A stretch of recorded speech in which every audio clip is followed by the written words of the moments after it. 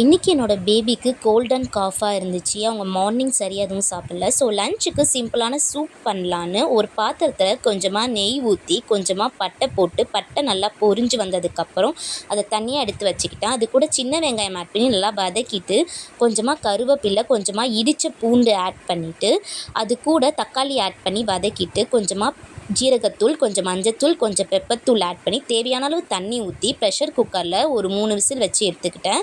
வெந்ததுக்கப்புறம் கொஞ்சமாக கொத்தமல்லி தூவி ஒரு 2 மினிட்ஸ் விட்டுட்டு பேபிக்கு சூப் மாதிரி கொடுத்தேன். அவங்களும் நல்லா குடித்தாங்க. கூட மேஷ்டு ரைஸ் இருந்துச்சு, அதையும் சூப்பில் ஆட் பண்ணி லஞ்சுக்கு சிம்பிளாக ஊட்டி விட்டேன். கோல்டுக்கு ஹெவி லஞ்சை விட இந்த சிம்பிள் லஞ்ச் பண்ணலாம்.